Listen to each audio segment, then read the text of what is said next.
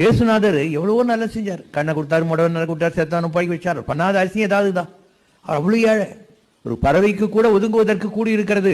ஆனால் கடவுளின் பிள்ளையாக இயேசுக்கோ தலை வைத்து படுக்க ஒரு செங்கல் அளவு இடமும் இல்லைங்கிறது தான் பைபிள். அவ்வளோ நல்லவர் அவர். நான் வசதியாகிறேன் இல்லையா? ஆனால் அவர் அவ்வளோ கஷ்டப்பட்டார். உலகத்தின் பாவங்களை சுமந்து தீர்க்கிற தேவாட்டுக்குட்டி இதோ வருகிறது தான் அவர் பற்றி யோவான் ஸ்நானகன் பேப்டைஸ் பண்ணும்போது சொன்ன முதல் அறிமுகம். உலகத்தில் பாவம் ஜாஸ்தியாக போனபோது எல்லாருடைய பாவத்தையும் அவர் வாங்கினு அந்த பாவங்களுக்கு அவர் சிலுவையிலே தன்னை ஒப்பு கொடுத்தார். தான் அவருடைய கிரேட்டஸ்ட் மகிமை. தியாகத்தினுடைய ரெப்ளிகா தான் Jesus Christ. Maybe some of the Christians or majority of Christians are not that noble, but he was too noble. எல்லாரும் கைவிட்டாங்க. எத்தனை பேருக்கு நல்லது பண்ணாரு. அது சொல்லி தூக்கின் போது எல்லாம் கிண்டல் வச்சாங்க. இவர் கடவுளுடைய தூதுவர்னாரு, கடவுளுடைய மகன் கடைசியில் பத்தியா சிலுவை தூக்கின்னு போறாரு. இவர் கூட 2 கொலகார பாவிகளை வேற சிலுவையில் போறாங்க.